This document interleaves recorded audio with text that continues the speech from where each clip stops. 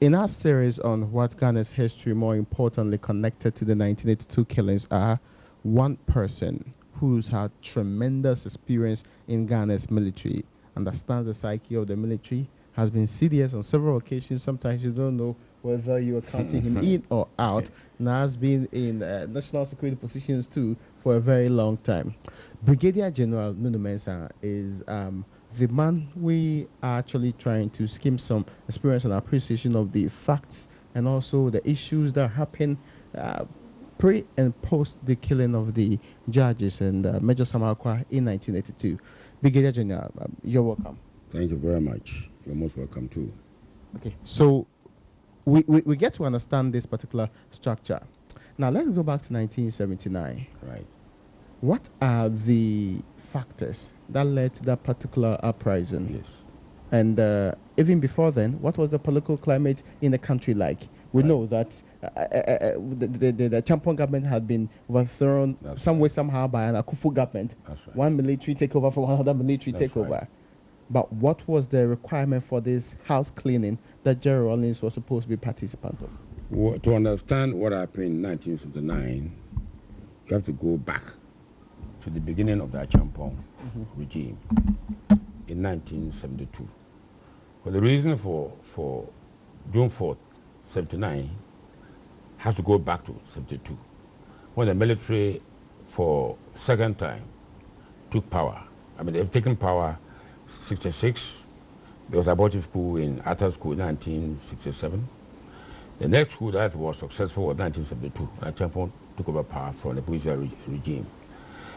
It was the first time that military officers actually took part in governance, actually ran the country from positions of the cabinet and ran the country. Okay. Unlike the first time in 1966.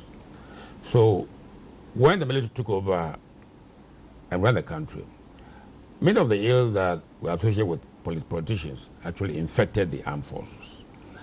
I've never liked being in politics because the military, a way of doing things are quite different from politicians.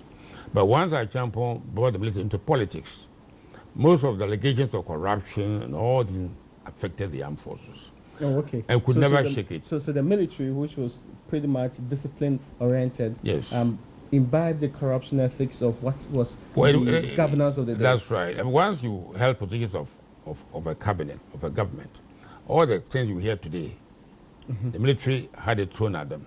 Oh, okay. And some of us who hadn't been involved in the military government never liked it. Well, in my training, all my life, we have been told the military and politicians are like oil and water. They never mix. Oh, okay.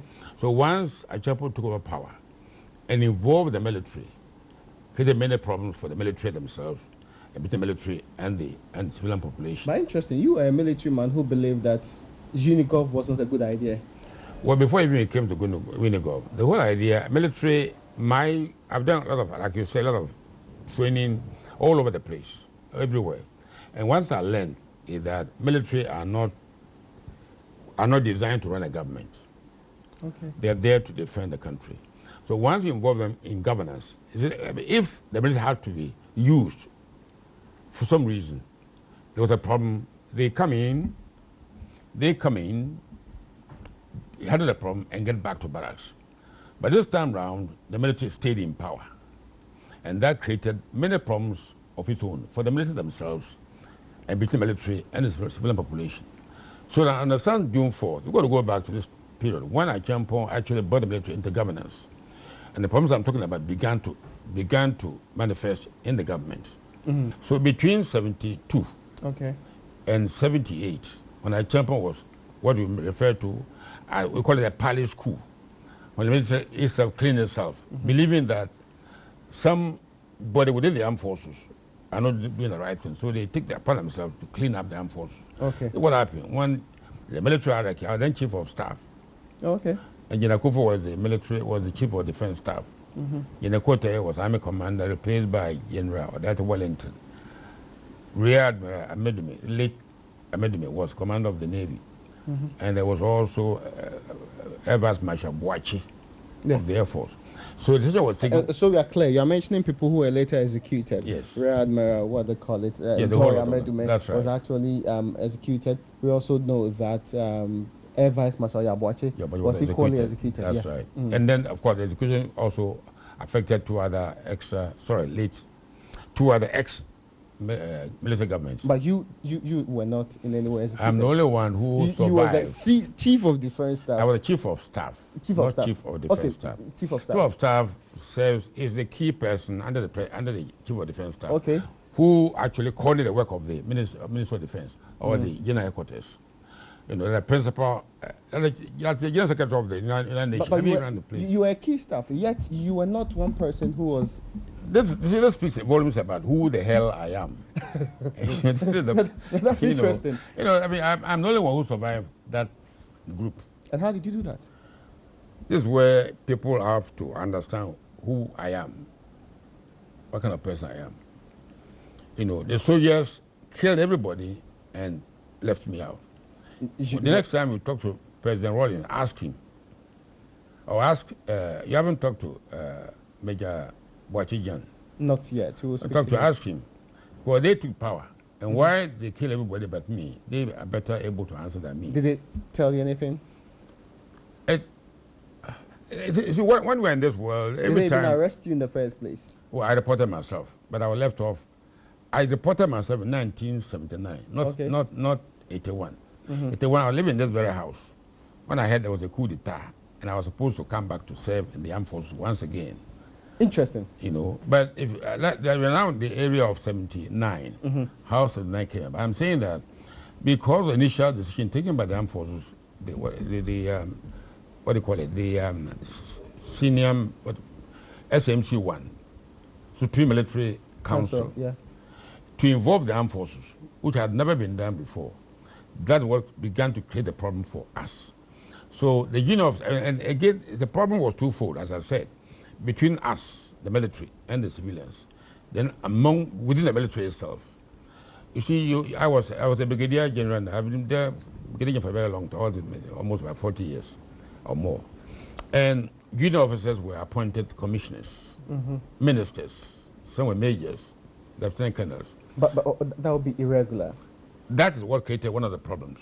Oh, okay. So within a hierarchy, if I saw a major who was a minister for something, he thought he was superior to the colonel or brigadier general. And that was one of the problems we faced.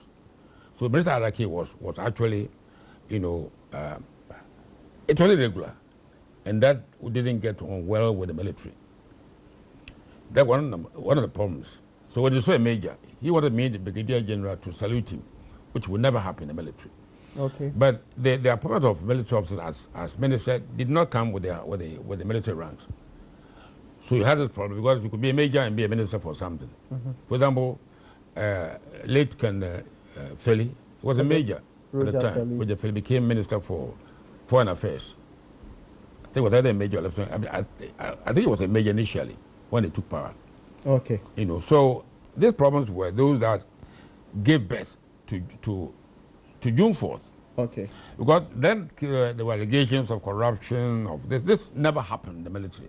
But you see, in reality, somebody like General as a junior officer, he was not one of the beneficiaries of the uplifted positions given to other people. Yeah. Of what business did they have then, having to do May 15th in the first What place? I'm saying, there was a lot of anger. You see, okay. As we were going But shouldn't the anger rather be among the senior officers whose positions were virtually being taken over by junior officers? There was anger within people like me. Oh, okay. As brigadier general, with a major as a minister.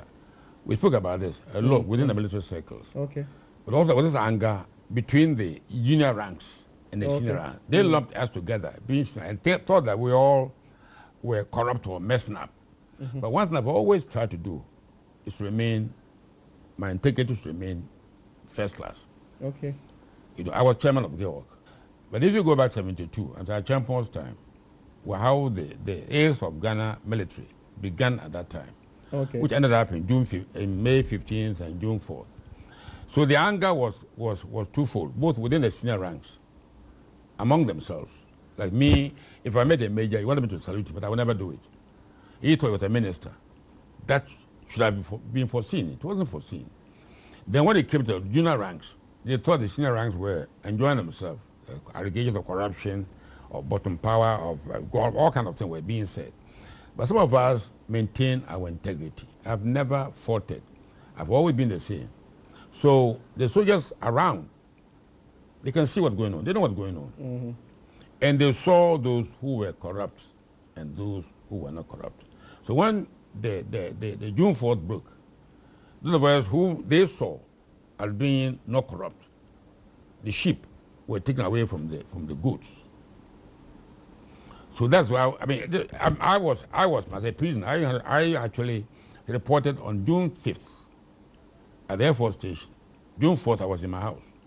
But the hell was so much so that I thought I was endangering the life of my family, my children. So I reported myself on the 5th of June to the Air Force Station. And within the next 3 or 4 days, I was out. Because again, President Rawlings, then chairman of the FRC at the time, called me one morning and said to me, the soldiers wanted me back, so I should go back and do my work. While my fellow officers were in the guard room. Again, that speaks volumes about who I was. So because of your incorruptibility, that's why you were left? There were a number of factors. But they were dealing with corruption. If you look at June 4th, had a specific aim to clean up the armed forces. So if I am clean, why do you want to clean me again? Oh, okay, that's interesting. So first time I was clean, so let him go and do his work. They knew those who were not clean, those who were clean. Oh, okay. So those they thought were not clean were put through some form of kangaroo courts, found guilty, and some were given imprisonment, some were shot and whatnot. That's what happened on June 4th. Okay. By then I had actually moved on to become commandant of the staff college at Teshi. Okay, that's interesting. So at the time of the coup, actually I wasn't chief of staff. I had been changed to become commandant. When our champion was removed, General Kufuor became the military, the chairman of the military, of the senior of the Supreme Military Council.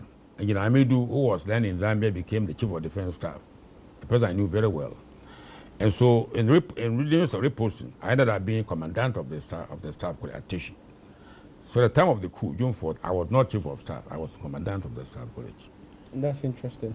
But so fast forward to 1981. We knew that in 79, the AFRC then handed over to a newly elected president, yes, Liman. Yes. I mean, what was the big deal with the military coming back even when Liman was president? You see, we have to learn. I was telling before this interview that the young ones don't learn. You have to learn history, because history is the best teacher. It's not the books you read, it's history. You want to know Ghana, look at our history and learn from lessons from our history. In 79, when the AFRC took over, they had a sole purpose of cleaning the armed forces, jail those they thought they were corrupt.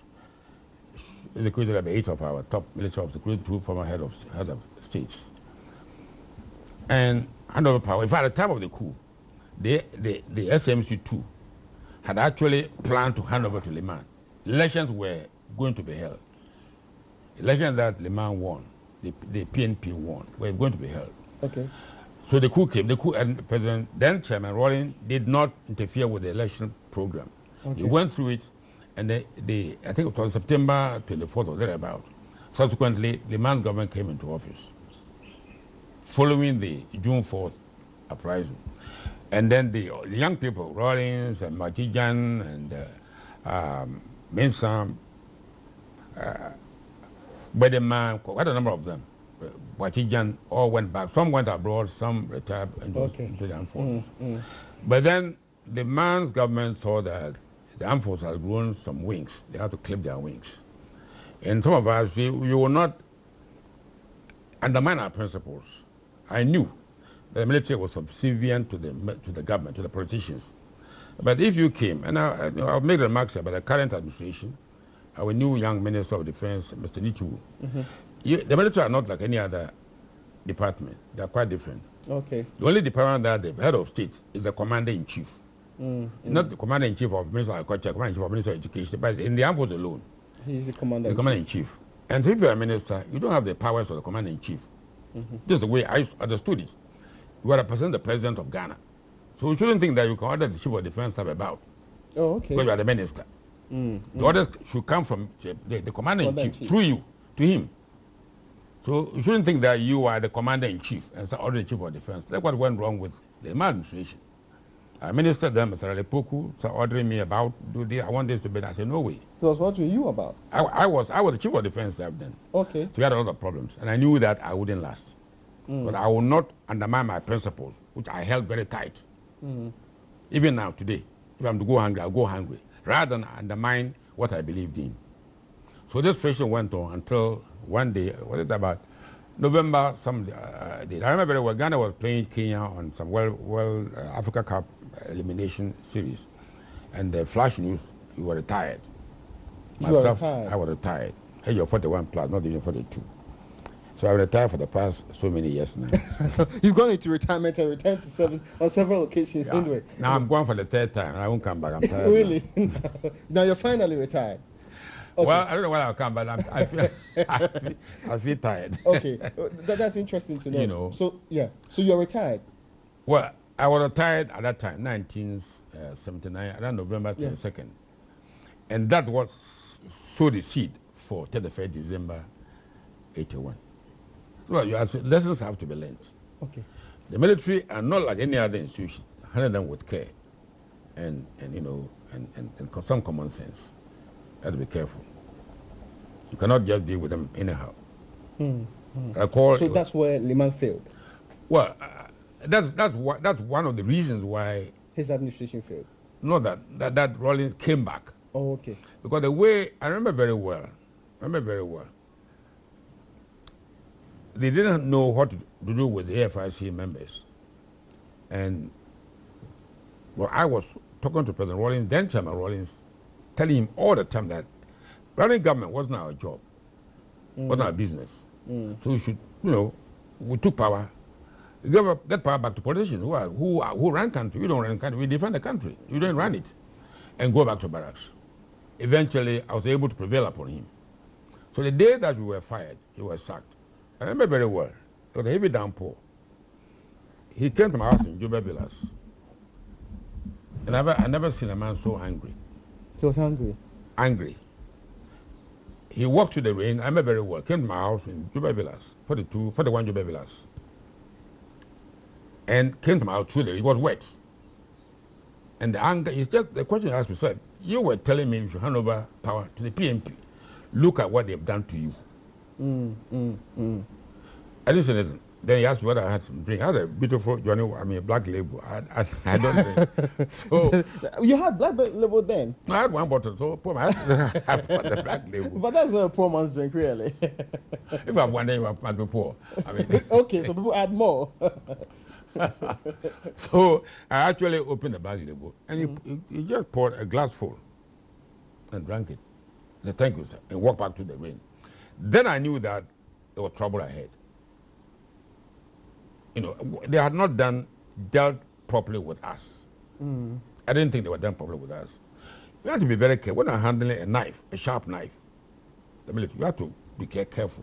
Otherwise, they'll cut you. Okay. So I saw President then Chairman Rawlings only once between the time he was sacked and the time of 31st December coup, when he came back. I met him once. So you heard of the coup?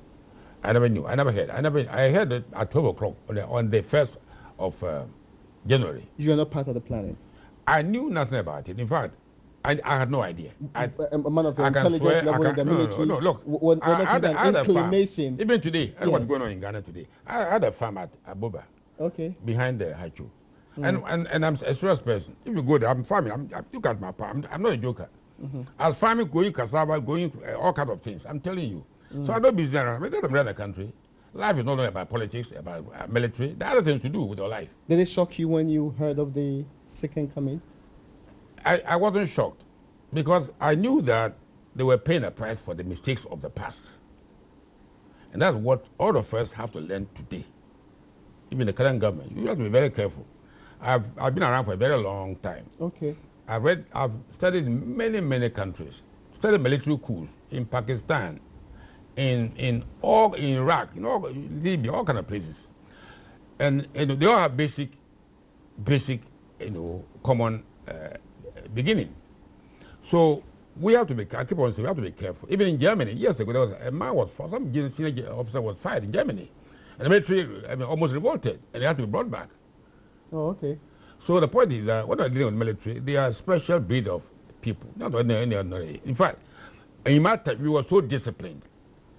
We were so disciplined that people left the army for very minor reasons. I never retired in 1966 as a captain.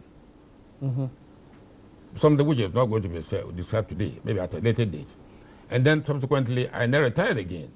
When at some point in time, Chairman General Champong, okay, ordered me to go to Uganda as High Commissioner, 77.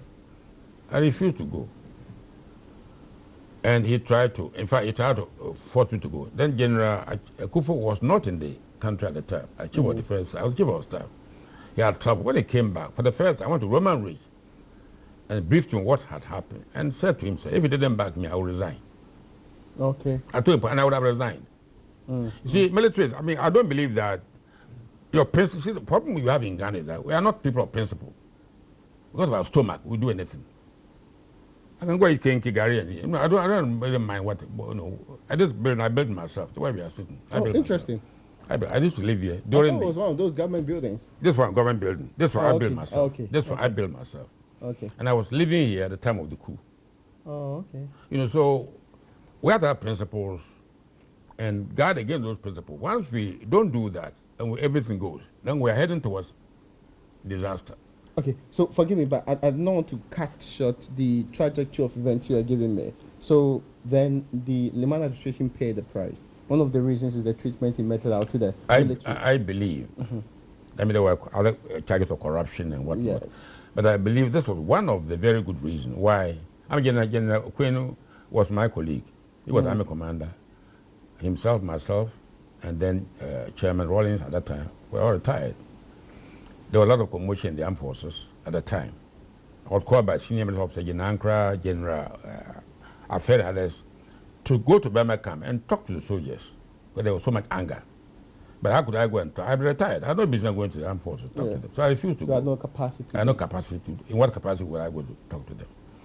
So these are what I'm saying now. We have lessons to learn from the past, where history often repeats itself. There's a point, so that I don't forget that particular point. You mentioned how you feel that the current, defense minister, who people say is pretty young, who people say is inexperienced with dealing with the military, who people say is not one of those you would want to be in a position like that because of the special nature of the military. How do you want him to conduct himself? He has to learn. See, you've got a CDS now. I don't know whether General Aqua is there. Yes. General Obed Aqua. He was my ADC when I was CDS. Really? Yes. That's interesting. The lieutenant was my ADC, so you can see everything. How was he like? Wonderful man. I wouldn't pick. When I pick somebody, okay. You see, the picking procedure was quite rigorous and fair. I didn't see him before. I don't know who. The game tribe didn't matter to me. I didn't even know where he comes from. I didn't know, and I still don't know. I'm a Ghanaian officer of a certain type, a certain character. So he specified the needs, the requirement of the office. And 3 officers were brought before me. And I said, this man missed what I wanted. And that was, I didn't see him before. I didn't know who he was.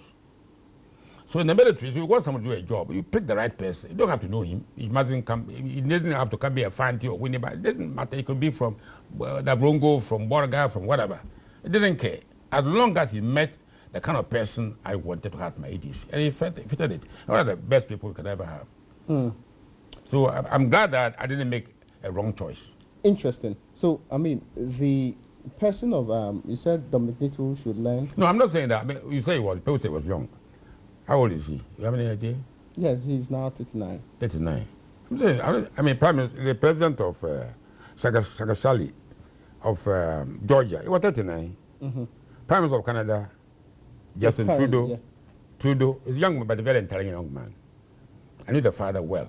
Oh, okay. He wasn't even born when I was in Canada. But the thing is that today people are getting younger and younger, and holding huge positions. You have to learn. You have to know that you have to learn.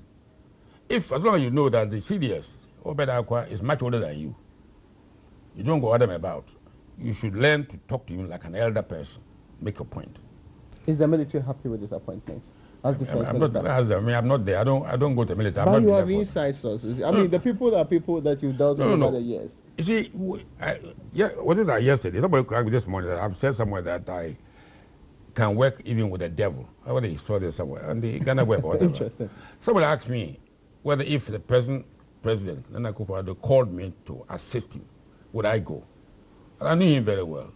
I've known him more than any other politician. So why wouldn't I go? For the sake of Ghana. Even the devil calls me to make Ghana a better place. I will join him to make Ghana a better place. The Ghana web, they said, I work with the devil. That's interesting. So it doesn't matter. We are Ghanaians. But if you recognize your shortcomings, you are young, inexperienced, take your time and learn. I didn't set off being experienced like I am today. I've learned all my life. I'm learning every day. I learn something. Every day of my life, I go and I learn something. But how does the military receive people like that? No, as far as I wouldn't bother. If you want to see it, I wouldn't bother. Okay. The only time I had problem with the Chief Minister of Defense at the time, but he infringed upon certain military procedures, which I didn't like, not because of his personality, whatever. Who is this you're talking about? Mr. Alipoku. Okay. Well, you don't know him. No. Minister of Defense, President Liman, okay. Had a lot of problem. He wanted to run the armed forces as if the armed forces were, he was the headmaster of the school, which he was at some point in time. No, you're not my headmaster. The president is my headmaster, so... That's difficult to... That's not a problem. Okay, well... So the military, you have to understand the way the military works. You have to take it and learn. Read a lot and learn. Because the military, as I say, is not like Minister of Defense, Minister of Agriculture, Minister of Education, not like that. It's quite different. You were retired, there was a coup d'etat. Did Geraldines ever get back to you after 81? Between 81, 81, he called me back. Okay, back to the military? Yes. To do what? I was in my farm. When I heard that, I was wanted to report Birmingham. So I came back, look for my whole uniform. And had to go back. Clean them up. And 6 p.m. I reported Birmingham at Gonda Barracks. But I didn't stay for long. Really? By November, I was gone. By November. November 82. 82? Yeah. Okay. I resigned. Why?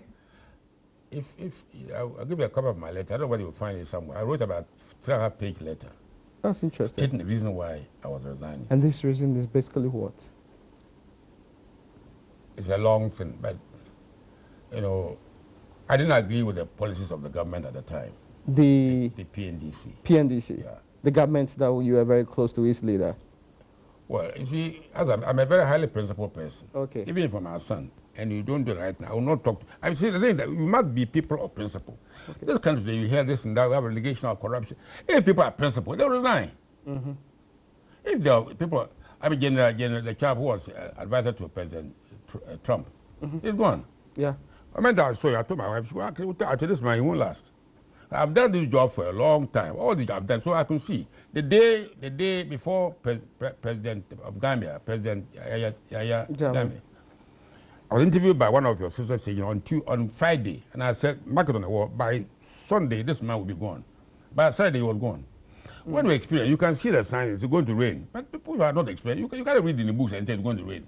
You can see the signs, every time something happens, it's going to happen. But wouldn't it be more appropriate if you spoke to Geraldines, who was a junior officer under you some time ago? Later on, he became, the leader of the PNDC. But wouldn't it be more appropriate if you spoke to him about your reservations and they were probably sorted out? Which one? I'm talking about Geraldines then. Oh, no, I'm talking about when I resigned. Yes. No, a lot of it. I mean, if you are going to go through the whole lot of them, you won't end up, you end up maybe having to sleep and go tomorrow morning. There are a lot of issues. See, I don't take decisions lightly. It's a combination of issues that boil down. What was the most important one? The most important one, I was chief of defense staff at the time. But there were decisions which were taking place, which were being taken without my knowledge. So you're being bypassed? Yes, and I frown upon that. If I'm in charge of an institution and I wouldn't know something happening, tomorrow if it didn't happen, would I say that I didn't know? I mean, I've been simple paying. I'm winning, but now you're paying. But I wouldn't want that. I want to be part of the team, know what's going on, so I can defend the team if I have to defend it. That's one of the. I will try and give you a copy. I will try and get a copy for you to read. I sure should be able to look at that particular letter. I'm sure it's all over. I told security all over Canada. I'm sure you'll find one in your establishment. Okay, no, that's interesting to find out. But let me find out from you. You were then Chief of Defence Staff when these judges were murdered. Yes, 30th June. Yes, 1982. 1982. I was in this very room here. This very room. When in the morning, on the morning of 1st July. The 1st July. Yeah, that was the next day. Yes, Justice Archer was formerly Chief Justice. Okay. I don't know whether you ever knew him. A fair collect, fine gentleman. I heard of him. I never saw him. He was a good friend of mine. A big, wonderful man. I got to know him much earlier. Okay. He walked to this house here. And for the first time, when I was shocked. I didn't know that this had taken place. So I gave him a seat. We sat down here. This very room we are having this interview. And he told me asked whether I heard the news. I said, what news? He said, oh, General, some judges had been abducted. And that nobody knew where they're taking them to, who abducted them. I said, what? I will find out. As soon as he left, a cousin of mine, one Major Kilson, both of us grew up together, Major Aqua, Major Kilson, and myself. My father's son, we are related. We grew up in the same house in Winneba. So he came here and said, oh, Major Aqua had been abducted. I said, what's happening? What's happening? He said the wife was there. When the night when people came and took him away, they never seen him. So I knew something wrong had taken place. The CDS now, my ADC was saying just next room, that's next house after this one here. He came in, said, no, what happened was, I actually went to Gonda Barracks to find out from President, then Chairman Rawlings, whether he had heard the news. He said yes. But if you look at it, he was so upset. I think he was almost in tears. He said, I've heard the news. And then I sent people, Air Force, all to go looking for them. It was when I came back, then the current CDS of Reparations came to tell me that some bodies had been found. Okay. At the Bumbundasi range.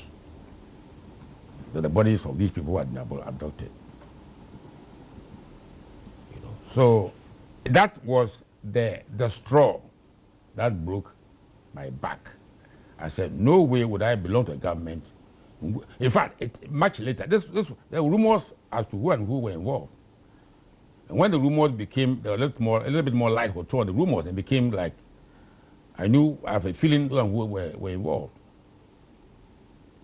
But these militiamen were your officers. Which one? The people who conducted the act. No, they were not officers. They were soldiers. They were soldiers. America. Do you know some of them? Yes. Amatekwe. They thrown when they came to Amatekwe and a few others. They were not military. I mean, America, I wouldn't know him. He was a sergeant, but he was much lower in the military. And CDS, I wouldn't know. You will know me, but you won't know small fishes. Staff house of officers, some people down. Not everybody. So, was there a problem with the military structure that made it possible for this to happen? No, I mean, if you saw the Atu Crab report, I don't know whether you have seen the special investigative. Have you ever seen it? I've read completely every page of it. You should tell me. I don't know whether, but you can tell me. It was done pretty well. I don't know whether all the truth came out. I don't think. Did you testify before that particular committee? I did. I mean, I'm sure that if you went to see, I did testify and give my evidence. You did say that you knew nothing about the plot. You did not suspect anything of that sort of happening. You mean which plot? The plot to kill and abduct these people. How would I know? I mean, when Major Aqua and I came for the same, how would I know about him going to be killed and then I'll condone it or what? Or be part of it? No. I had no idea, But I don't think, you wouldn't think that, this is why I resigned. One big reason, in fact, if you read my letter of resignation, I mentioned this. For this very reason, I could not be part of the government, and I resigned. But these were erring officers.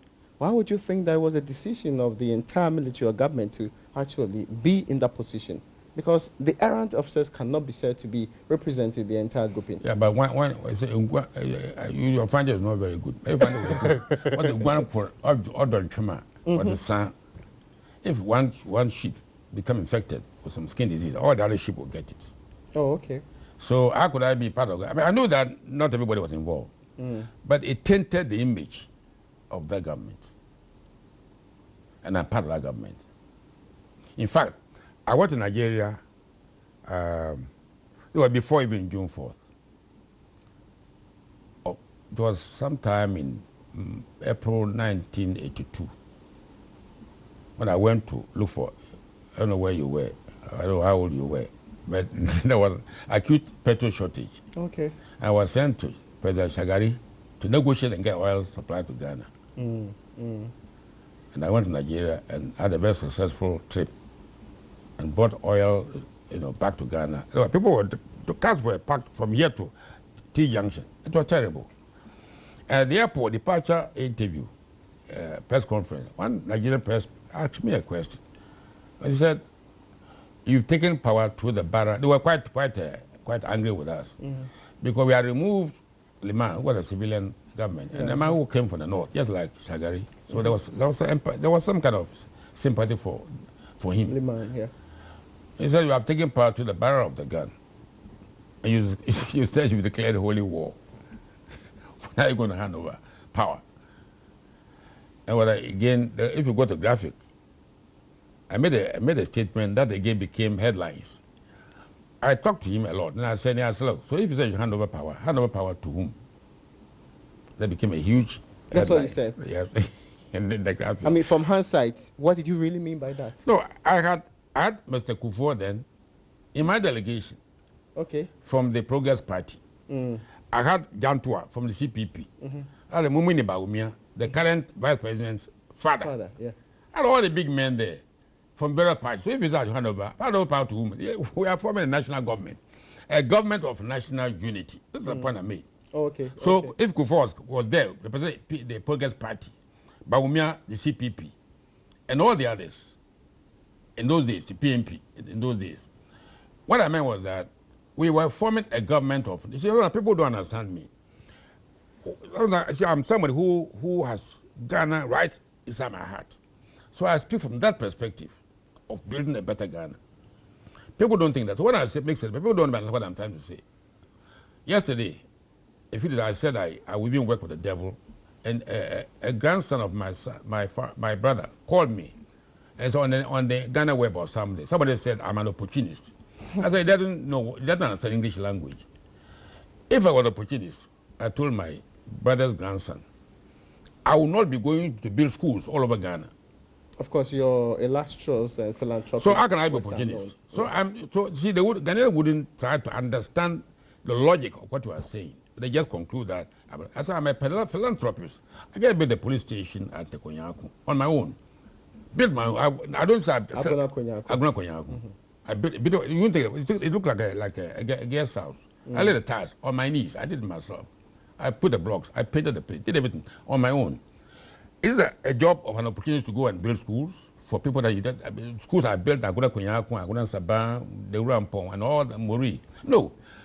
So people will make remarks about you, out of some ignorance. Actual fact. I mean, like this, it's not opportunist. What I meant to say was, and it was very clear that I asked me, would you want to work with President Akufa if he called you? And I said, look, somebody I know, and if you want me to help make Ghana a better place, why not? Even if the devil came and said, I need you to make Ghana a better place, I will join him. Do you think that he has the intent to make Ghana a better place? President Akufo-Addo. Why not? Otherwise, what business would he have to come to power? I mean, he has intent, but intention and actually getting to are two different things. When you do the job, it's very hard. I mean, it's not easy. Look, I was telling my wife, woke up 3 o'clock. Cook for the workers. There's a documentary about that, you see it in GBC. Wonderful documentary. And drive all the way to Mori, in almost Cape Coast. Get there by 7 o'clock with food to feed the workers and build a school for the school. Such a person, I was telling my wife, have you found anybody like me in Ghana here today? No, I'm serious. I love this country. I don't want Ghana to be as great as any other country. But there are many of us who are here for their selfish, ends. Get a car, get a big house, whatever. Not about Ghana. But I'm not that kind of person. Okay, so Jonah, I mean, forgive me, but I'm taking you back because it's a part I want clarification on. Yeah. So it's still to do with the shock that you had when you received news that some, what they call it, judges had been abducted and killed. Yeah. And one of your friends was involved in that particular... No, a relation, not a friend. A relation. Yeah. That's really interesting. Yeah. Ideally, you would have been interested in the investigation. Oh, I pursued. Then we had Reverend Did you do a military investigation? No. I mean, at the level of government. Okay. This is a serious matter, not a military matter. This is a government. And members of the government were alleged to have been involved. It's even more serious. Which members can there were allegations of, I mentioned Ametekwe. Ametekwe was a member of the government. Yeah. There was Akatapori, how do you know Akatapori? Yes, Akatapori. There were allegations like that, even though he wasn't involved. And there are many others were being thrown around. Were there allegations that Captain Chigata was part of it? There were all kind of allegations. All kind of allegations. And I don't think that in all these matters, you get to the bottom. You never get to the bottom? No, you never. I mean, if you go back to history, who K. Kennedy? You know who K. Kennedy? It's still being speculated. Yeah, so you never got to the bottom. You haven't got to the bottom. And many of these things, you will never get to the bottom. There are rumors in America of Russian involvement in the election. You will never get to the bottom. Why do you get there? Maybe after I'm gone. So you think this issue can never be brought to a closure? No. Ghanaians don't have the courage to speak the truth. So the truth is very hard to come out. So the truth will be what in this case? I don't know. but you know, okay, so government set up a query. What idea, actually, whose idea was it that you should do the special investigation? No, there was a lot of meetings at the cabinet level, a lot of heated arguments, terrible thing, a lot of heated, up into the night about this, because people like me, as I will be part of this business of killing people. Is that why I'm in power, to kill people, to keep power? No, that's not my nature. So myself, people like that, one others, were very keen that we should go to the bottom of this thing and get to the bottom. Okay, let me be clear on this particular matter. They were described as enemies of the revolution. You know why that was done? That statement was made between 79, when people were put in prison, some were killed, and 81, 31st December 81, 82. Some of these people went to court, made appeal, and they were freed. They were freed. Some were even asked to be paid reparations. That's right. This angered, I'm not part of it, I wasn't part of it, but this angered those who came back. Some of them angered them. That's what they call them, enemies of the revolution. Oh, okay. I'm not justifying it. I'm just explaining to you why that term was used. Oh, okay. Because they thought that they had dealt with the revolutionary justice. They had reversed the judgment. Exactly. Okay. The aims. I'm not saying that I'm part of that belief. No, but that's what they understood it to be. What they call them, enemies of the revolution. Did they misconstrue it? Who? What the real definition of the revolution was supposed to be? No. I mean, the judges. I'm not a lawyer, so don't push me too much into areas of law. No, but I'm saying that, for a revolution to happen, there should be a thinking surrounding it. Did the people who went to abduct these officers, these judges, the people who went to kill them, did they have a proper or a poor understanding of what the revolution meant? When the revolution, people understand the revolution from various angles. Even the present government, those who are in the government today, they are in there for different reasons. Oh, okay. Some are there for money, some are there to do some work, some are there to do a lot of work. We never know. So those who thought that the judges had done the wrong thing, thought that they had undermined the values which they fought for by way of the June 4th. But I'm not saying that I agree to what they're thinking. No, I had nothing to do with. You earlier said that if you do not deal with the military properly, you might have problems on your hands. This is what I'm talking about. See, I'm not saying that I endorse it. But if you're not very careful, you go back to 60, 61, 60?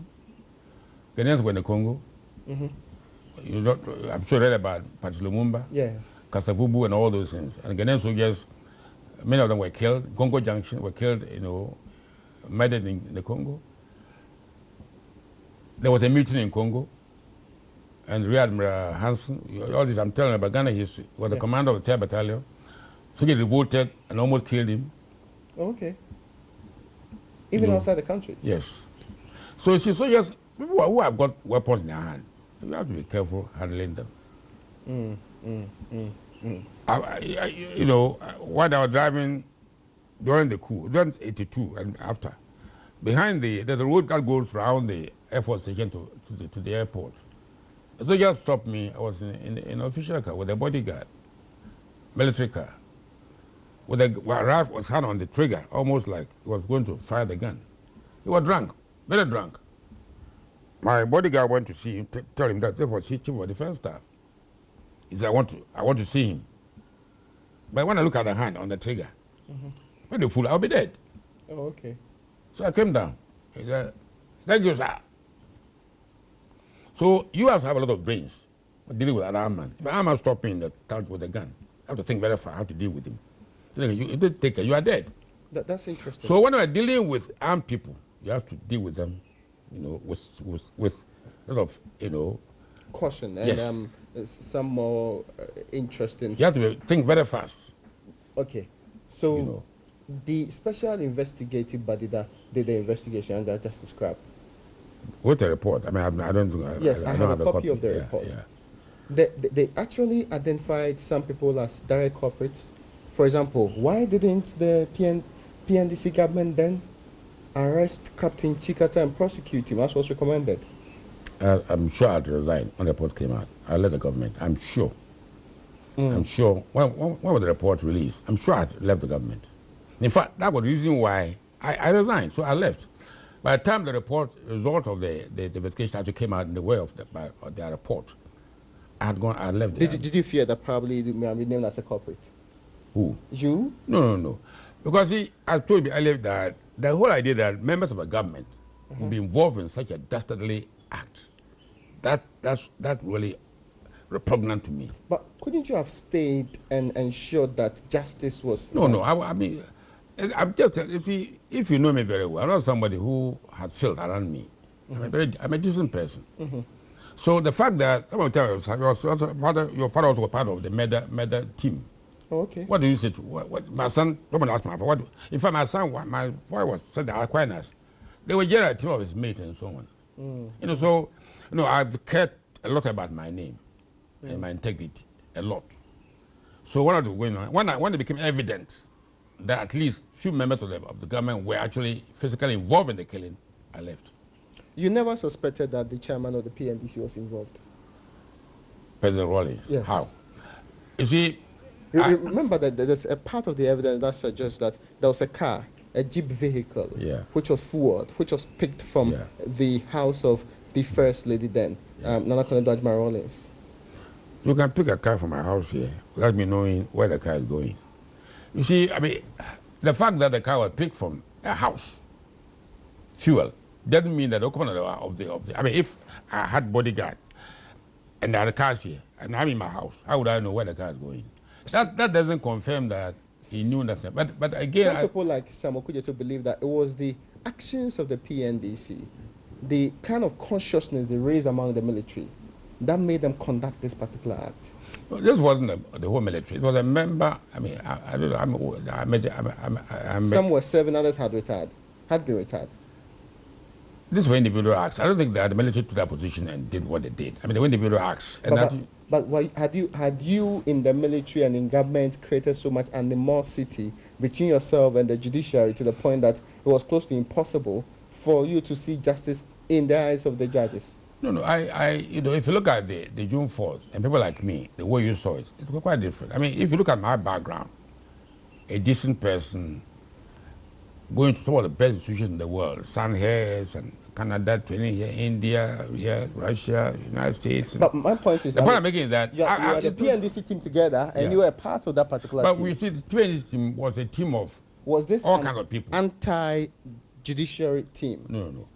the reason why, for example, I couldn't last the PNDC was that if you look at the composition of the PNDC, here was I, a former chief of defense, and somebody who has had some of the best training in the world.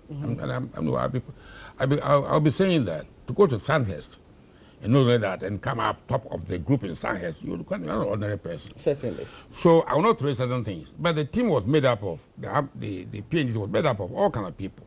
Like our team, there was what do you call it, Akatapore, there was Abatekwe, all kind of Damwa and whatnot. So our experience, our everything they were different. I find it difficult to be part of the team, to be honest with you. Oh, okay. Yes, because the military trains you to think alike. Were they special people, the people you just mentioned? I don't know how they came in, but I'm saying that they were appointed members of the PNDC, and I had to work with them.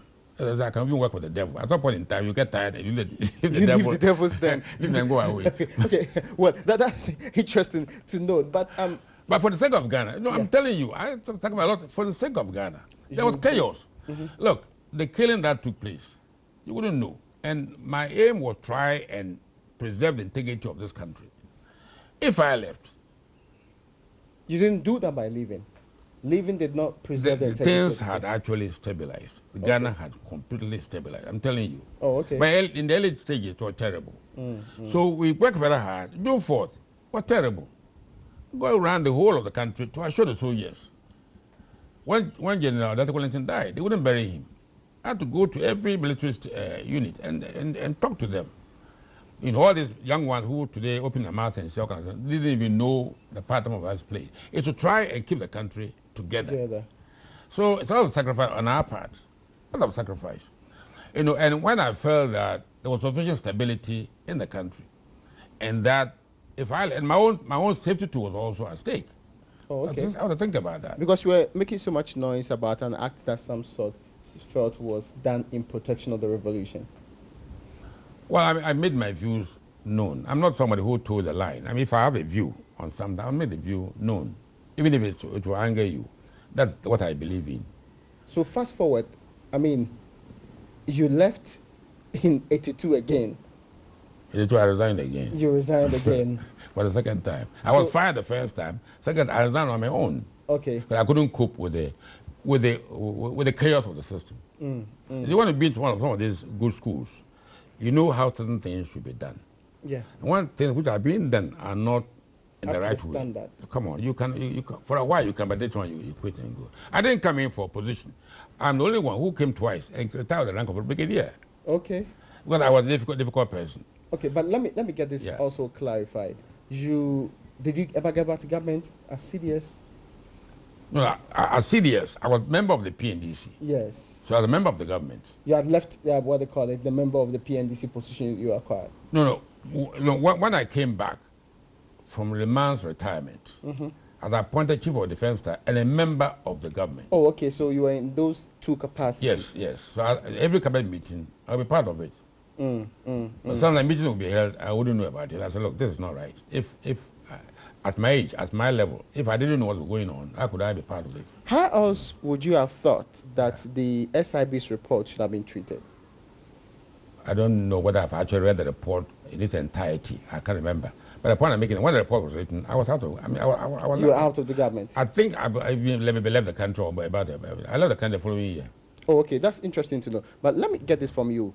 In 2003, 2004, more importantly, 2004, there was a National Reconciliation Commission.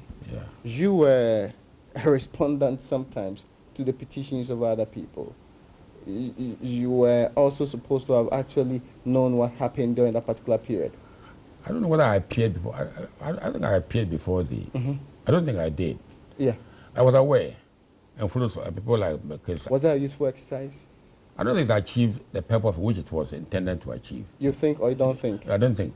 It was useful. But whether it achieved anything is another matter. What do you think was the purpose was intended? It's to reconcile the country. I mean, there was a lot of pain in the country. Even now, the pain is still there. Really? A lot of pain is there.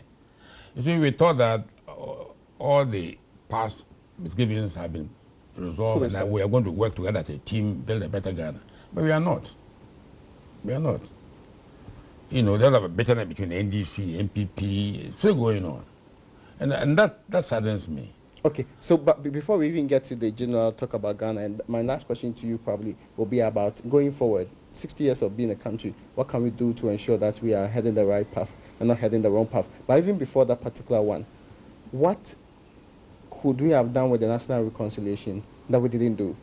No, the idea was fine, but you see, it's difficult to remove pain from people's hearts, even though on the surface of it, oh, we should forgive, and we got to know the truth, and we are supposed to forgive and not to forget, but forgive. But I don't believe that people actually forgive. Bearing in mind what's going on in Ghana today, I don't think we are forgiving anything. How do you know that is? I mean, I've been there for a very long time. You know, it's a shame, the bitterness between our political parties, with the major ones. It's not right, it's not good. But some of these political parties were part of the PNDC then. This is the thing. I mean, we are supposed to, the whole idea about the National Reconciliation Commission was to reconcile us, to forget about the past. But reconciliation hadn't taken place. On paper, yes, but in our hearts, we haven't reconciled. Brigadier General, we can leave it here, but thank you so much for your God bless you. what they call it, exciting, revealing parts.